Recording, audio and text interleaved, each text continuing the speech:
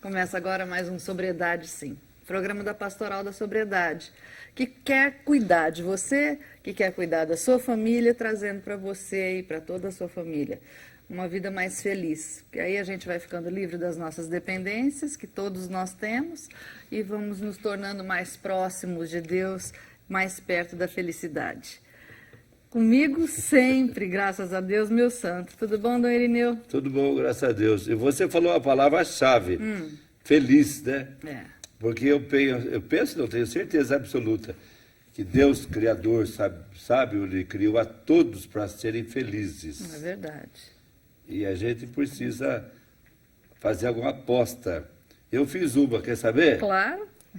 Ninguém jamais conseguirá roubar-me o direito e o dever de ser feliz. E conseguiu, com certeza, ganhar essa aposta. Porque Dom Irineu eu conheço há muitos anos, é uma pessoa que está sempre de bom humor, sempre de alto astral, porque Deus é humor, né, Dom Irineu? Deus, além de ser amor, Ele é humor. É isso aí. Bom humor, né? Bom humor, graças a Deus. Se você levanta atordoado lá, a gente ia ficar muito mal aqui embaixo. E hoje está aqui com a gente pela primeira vez no nosso programa, mas é uma pessoa que você aí de casa já conhece, com certeza, porque acompanha a nossa grade de programação, é a doutora Roseli Cristina Rodolfo. Ela é consultora de família, com formação em psicologia. Tudo bem, doutora? Tudo bem, graças a Deus. É um prazer ter a senhora aqui hoje. Para mim é uma honra estar aqui também com vocês. Obrigada. Eu queria esclarecer o pessoal daí de casa que, como sendo consultora de família, é óbvio que ela vai falar sobre os problemas familiares que podem, de repente, desencadear em tantas coisas, né? Sim. Então, eu queria que você falasse para a gente, por exemplo, muita gente sabe o que fazer, outras mais ou menos. Existe um padrão de conduta, um padrão de modos de agir, assim, que a gente fala, esse aqui dá certo? Existe. Existe? Existe. Existe o amor que dá certo, né? E existe o impulso, né? Que não dá certo, tá? Existem os padrões destrutivos dentro da família, existem padrões saudáveis dentro da família, né? E nós temos que procurar exatamente entender como se move, como se busca esses padrões, né? O que é que leva muitas vezes a acontecer os conflitos, as situações difíceis, traumáticas dentro da família, né? E que a gente percebe que perpassa de geração. Nós entendemos dentro da visão sistêmica, fenomenológica, que a família ela é um conjunto dos seus membros que tem interação entre si, independente da família atual, tem ligação com a família de origem, né? Ela é transgeracional, ou seja, o que aconteceu lá atrás, tá, repercute na família atual, né? E esses padrões, tanto saudáveis como os padrões de comportamentos destrutivos, perpassa, então, essa linha transgeracional, né? Então, quando a gente fala, muitas vezes a gente pensa, não, eu não vou fazer isso quando a gente ainda está na fase de filho. Ah, não, quando eu tiver meus filhos eu não vou fazer tal coisa, eu vou agir diferente. E lá na frente a gente se vê como mãe, como pai, e acaba vendo que a gente comete as mesmas coisas que os nossos pais faziam. Isso, muitas exatamente. vezes certas e muitas vezes questionáveis, né? Exato. Então, esse padrão tanto se repete na nossa interação com os filhos, Isso. como pode em relação aos pais, aos próprios com os pais. próprios pais. Sim. Então, hoje nós identificamos algo assim novo dentro da psicologia, né, lidando com a família, que existe o que nós chamamos de traumas de família. Tá? Então, situações, fatos que aconteceram, tem um fluxo de repercussão, né, que vai gerando, então, uma instabilidade emocional, psicológica, até física dentro do ambiente de família. Então, para vocês terem uma ideia, né, quais seriam os fatos que mais traumatizam o sistema de família, tá? Separações de casais indevidas, né? Abortos provocados, gera trauma de família, suicídios, né? Alto índice de suicídios. A gente percebe que uma família atual, onde um membro se suicida, nós vamos identificar que lá atrás dessa mesma família já houve aconteceu. Casos também de suicídios, né? Então, de homicídios, casos de filhos ilegítimos, tá? Que nós estamos vendo, infelizmente, na nossa sociedade, o número aumentando de filhos ilegítimos gera um trauma também no sistema de família, né? Então, nós entendemos que esses fatos, tá? Corroboram e intensificam a instabilidade nos relacionamentos dos membros da família, gerando conflitos, né? Muitas vezes, eu não sei se o Dom concorda, eu acho assim, tem muitas famílias, a gente conversando com o pessoal, a gente nota que aquele dependente, muitas vezes ele teve um problema familiar lá atrás e ficou por um bom tempo sem ter uma reação, vamos dizer, ao problema, né? E não conseguiu resolver aquilo. Lá na frente ele acaba optando pela droga como sendo uma saída, né? E aí a gente fica pensando, muitas vezes isso é porque ele não conseguiu verbalizar aquilo que ele sentia, ele não conseguiu trabalhar dentro dele esse problema? Olha, a questão, né, do uso, né, das drogas, nós precisamos ver de uma forma multifatorial, né? E é multifatorial mesmo. Mas aqui, agora, nesse momento, a gente vai analisar sobre a ótica sistêmica. Nós entendemos pela ótica sistêmica que o portador, né, aquele que é adicto, ele está manifestando um efeito já, né, das causas dos traumas de família. Tá? Então, é a saída, é a válvula que ele está... O escape que ele precisava naquele momento. Para poder, assim, digamos assim, compensar muitas vezes o que aconteceu lá atrás. Para ele, naquele momento, é quase como uma questão de sobrevivência. Ele precisa de alguma coisa para poder se segurar e falar, não, eu vou conseguir sair dessa. É muitas vezes o que a gente chama do amor cego, do amor que não vê, que não quer ver o que aconteceu lá atrás, de muita fatalidade, que tirou o equilíbrio do sistema, tá? Isso na visão, nessa visão sistêmica, ok? Certo. Tá? Que faz com que ele fique entorpecido, ou seja, ele sai da sobriedade, sai do autodomínio, ele passa a viver uma vida que não é dele, para seguir alguém que foi excluído lá de trás do sistema. Então nós vamos falar mais sobre isso daqui a pouquinho. Não sai daí, hein? A gente já volta.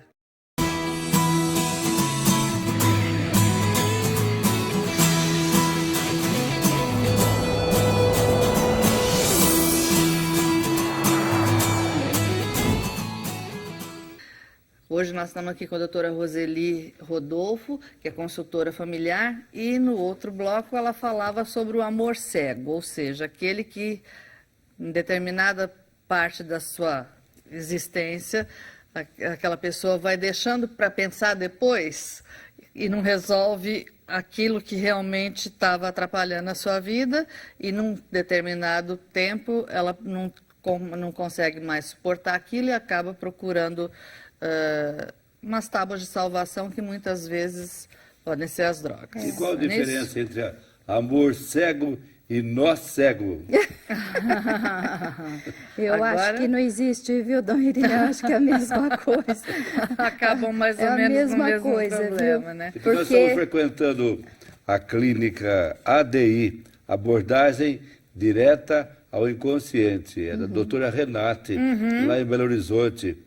E nós que estamos frequentando, os seminaristas todos, percebem que às vezes, isso que a senhora acabou de dizer, vem de 7, 8, 10 gerações, né? Isso. E repercute na pessoa. Na pessoa, exatamente. Agora, é claro que a gente pergunta assim, então, aquilo que eu faço, eu tenho responsabilidade ou é aquilo que é destino? É destino dele. Não, não é que é um destino, né? Mas nós entendemos que existe um caminho né? Que mais ou menos é pré-determinado, porque é inconsciente. É quase uma predisposição a acontecer. É inconsciente. Nós não temos assim, a noção das dinâmicas que acontecem dentro do sistema de família e dentro de cada um de nós, né? Porque tem as dinâmicas próprias da família e a dinâmica interna de cada membro da família, Quer né? dizer que, às vezes, o papai e a mamãe não devem se sentir os únicos responsáveis pelos comportamentos de seus filhos. É uma herança, né? Sim, sim, nós É uma herança. Porque nós temos que tirar um pouquinho com essa questão de culpa. Sim. Há muitos pais que se tornam assim, caem até na depressão. O que será que eu fiz de errado que deu nisso com os meus filhos? Eu tratei com tanto carinho, né? Isso. E o senhor tocou num ponto importante, né, que explica um pouco esse amor cego, né? Por mais que os pais amem e fazem de tudo para os filhos acabam adoecendo e até se drogando, não é mesmo? Não conseguem enxergar não conseguem enxergar essas dinâmicas destrutivas, porque nós entendemos que ao lado do amor precisa haver uma ordem. Tá? Para que o amor chegue a ser eficaz entre os membros da família, ao lado precisa existir uma ordem que conduza esse amor como um rio que tem o seu caminho e que conduz a água, né, através desse canal. E não reconhecimento das ordens do amor, perde-se a eficiência do fluir do amor entre os membros da E família. aqui na minha ficha você fala que são 3 ordens básicas do amor. São Quais 3 ordens básicas. A hierarquia, que precisa haver e reconhecimento, e ter o reconhecimento, né? O pertencimento, todos seria o os quê? membros pertencem ao sistema. Mesmo aqueles membros, né, que não foram, que digamos, entre aspas, foram a vergonha da família, que a família tentou esconder, né, que a família não gostou. A ovelha negra. A ovelha negra, principalmente, né, são os excluídos. Mesmo eles pertencem os mortos, pertencem os abortados, todos pertencem e têm o seu lugar. A Sabe hierarquia... que falando nisso, eu outro dia uma prima do Bortolin, conversando com ele, ela é religiosa, e eu tenho uma filha de 28 anos. E eu tive um aborto espontâneo quando ela tinha 3 anos. E toda vez quando alguém me pergunta quantos filhos você tem, eu falo, tenho uma filha. E outro dia ela falou para o Bortolini, você tem 2 filhos. 2 filhos, exatamente. E eu preciso aprender a falar que realmente eu tenho 2 filhos. Uma está comigo, outra está com Deus. Exatamente. Então, E quando tem que dar nós... nome também. Pois é. Nome, tudo direitinho. Meu filho não tinha tamanho ainda para ser enterrado. Aliás, eu acho isso de um absurdo total. Precisa ter um peso determinado. Agora me parece que não tem mais isso, mas na época que eu perdi tinha. Mas acho que ele ia ser júnior. E essa é uma questão que nós trabalhamos também, né, na clínica e no workshop. Quer dizer, a perda, né, a perda, o luto, que aquela criança, que aquele ente continua existindo dentro do sistema, continua tendo o seu lugar, tá? Então, o resgate disso, né? E a terceira ordem é o equilíbrio do dar e do receber, que é uma dinâmica essencial para se manter vínculos, tá? E eu não sei se eu estou certa, mas eu noto que muitas vezes os pais de adolescentes ou mesmo de adultos que são dependentes, muitas vezes eles entendem que quanto mais eles derem, mais chance eles têm de ter aquela pessoa mais próxima, mais agradecida e, portanto, não precisar usar as coisas que usa, no caso de dependência química, né? E a gente nota que é justamente o contrário, eles têm que ter um limite, porque a falta de limite também é muito grande, É um né? amor exigente. É um né? amor exigente, exatamente. Mas seria, porque a senhora falou tão bem, mas a senhora fala com tanta propriedade que as palavras fogem um pouquinho. Seria interessante que a senhora repetisse as 3, como é que é as 3? As 3 ordens As básicas. 3 do amor. ordens que são básicas e que não pode faltar, né? Qual que é a primeira mesmo? A primeira é o respeito à hierarquia. O que quer dizer? Respeito à hierarquia. Quer dizer, pai tem sua função diferente de filho. Exatamente. Respeito à hierarquia. O respeito a essa hierarquia, porque o indivíduo vem do fruto do amor do casal, o filho vem do fruto do amor do casal. Segundo, Precisa haver esse reconhecimento. Há um desnível Por entre mais que eu seja amiga, eu continuo sendo sua mãe. a então... família, ela não pode ser democrática. Aham. A família é autocrática. É verdade. mas conta Tá? para mim assim, Então assim, o que acontece? Quando o filho quebra essa ordem, ele entra na esfera dos pais, já gera uma desordem psíquica nele, Certo. tá? mas no caso, por exemplo, assim, eu conheço N filhos que não sabem quem que é o pai, nem sabem quem que é a mãe, e carregam consigo uma revolta. A senhora terapeuta, é claro que daria umas dicas para mim, assim, como é que faz? Porque não é tão... Não é nada fácil, né? Mas como pode ser um assunto mais prolongado, eu vou pedir para a gente entrar no comercial rapidinho. Dom Irineu torna a fazer pergunta para a doutora Roseli e você continua aí, tá bom? Até já.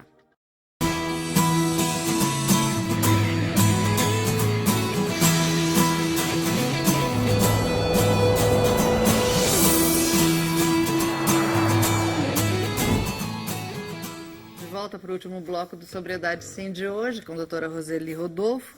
Dom Irineu tinha deixado uma pergunta no ar. Qual é, doutor Irineu? É porque essa ordem do amor, que o amor tem uma ordem, às vezes a gente nasce já em desordem. Exato, E você se torna herdeiro dessa desordem. Isso mesmo. E como é que a gente faz para consertar, assim, reequilibrar a ordem?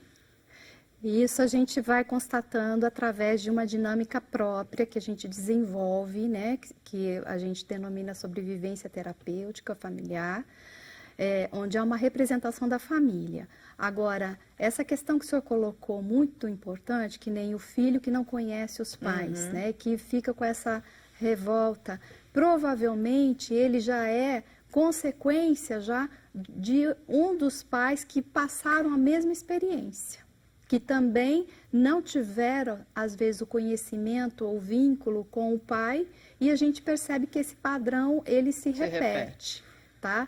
Mas, assim, o que nós fazemos o paciente entrar em contato com a dor, né, dele ter sido deixado e dar o entendimento sistêmico, tanto do pai quanto da mãe, da família de ambos, e fazer com que esse paciente reconheça que o fato dele, do pai e da mãe, né, tê-lo colocado em vida, já é o maior presente, já é o maior dom para ele. Tá? Então. Reconhecer esse dom, reconhecer essa dádiva, tá? Faz com que libera, né, esse sentimento, essa emoção, e faz com que o paciente comece a colocar, então, os pais no lugar devido. Ou seja, mesmo não conhecendo pai e mãe, eu vim de um pai e de uma mãe. E eu reconhecer que eu tenho um pai e uma mãe, que através deles, né, Deus me trouxe a essa existência, já é um grande ganho muito de bonito, caminho de solução. Tá? E as Valeu, outras duas ordens básicas seriam o pertencimento. O pertencimento, que todos pertencem ao sistema, mesmo as ovelhas negras, né? Mesmo aquele no qual a gente tem vergonha, não quer ver, não quer saber, não é? Que fez tanta coisa errada. Uma coisa que nós precisamos assim desenvolver demais dentro das nossas famílias é aprender a não julgar. Porque o nosso julgamento é falho, é parcial. E nem tapar o sol com a peneira, Não. né? Que muitas vezes a gente deixa para pensar amanhã, igual Scarlett O'Hara fez no Vento Levou, né?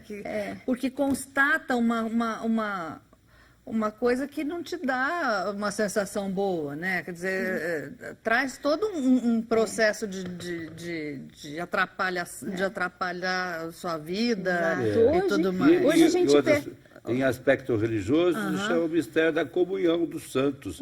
Você faz parte de mim, eu faço parte de você. Exatamente.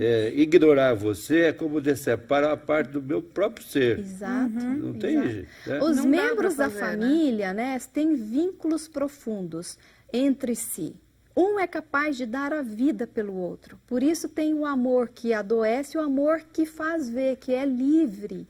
E é esse amor livre que nós vamos buscar dentro do sistema para ajudar aqueles que estão presos, aqueles que estão emaranhados, tá?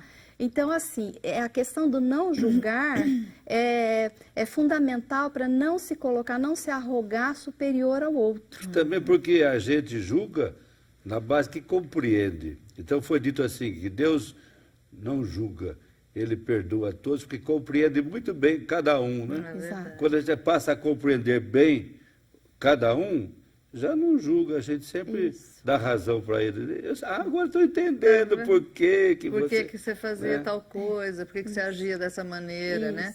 E o equilíbrio do dar e receber é a terceira ordem básica. É a terceira ordem básica que faz manter os vínculos, né? É ter a consciência de que eu preciso receber para eu poder dar. É como se fosse aquela roda d'água, sabe aquela roda d'água antiga que vem, vai caindo para você poder gerar energia, tá? Nós entendemos que nós precisamos receber a vida tal qual nos foi dada, tá? Por Deus, através dos nossos pais, e passar esse dom adiante. Então, esse equilíbrio entre o casal, né? O homem oferecer o que ele tem para a mulher e que a mulher não tem. E a mulher oferecer ao homem aquilo que ela tem e que o homem não tem. Esse equilíbrio é essencial para que, inclusive, os filhos possam se sentir felizes. Assim, acontece um desequilíbrio, né? Quando existem os pais facilitadores, né? Isso. Concordam com o erro do filho para não criar casos, né? Ou é a mãe, ou isso acontece muito nos filhos de pais separados. Às vezes o filho está errado, mas a mãe não quer perder o afeto, então paparica, né? E o pai às vezes só entra com a parte financeira, muitas vezes compensa dando dinheiro no lugar da atenção, né? Do carinho, do contato. Eu acho que a gente tinha assunto para mais uns 3 programas, né? O senhor deve voltar aqui, viu? Que capacidade que tem, hein? Mas eu quero agradecer muito a senhora. Eu que agradeço. E pedir que volte. Não estou nem convidando, estou pedindo, tá bom? Volte mesmo, que foi muito bom tê-la conosco. Muito obrigada, é uma honra estar aqui com vocês, né? Eu acho que é maravilhoso esse trabalho. E o que eu puder estar acrescentando, né, colaborando, me coloco à disposição. Muito obrigada, obrigada mesmo. Dom, a gente percebeu na exposição feita por Dona Roseli, que de fato tudo tem a ver com o equilíbrio, né? Sim. E o equilíbrio é a sobriedade. Exato. Quando a gente, digamos, perde a sobriedade, perde o equilíbrio. As águas extravasam fora do leito, né? Isso mesmo. Então, pedimos a Deus, nesse momento, que nos dê a consciência da importância daquela virtude chamada temperança, da sobriedade, que não é só questão de droga, é em tudo, e que nos faça ser um bom motorista de nós mesmos, né? Desça sobre vocês, famílias que estão nos acompanhando, uma bênção toda especial, a bênção que vem do Pai, do Filho e do Espírito Santo. Amém. Amém. Eu espero que você aí de casa tenha gostado tanto de ter conhecido a doutora Roseli como nós aqui gostamos. Continue na nossa programação e até semana que vem com mais um Sobriedade Sim. Até lá e fiquem com Deus.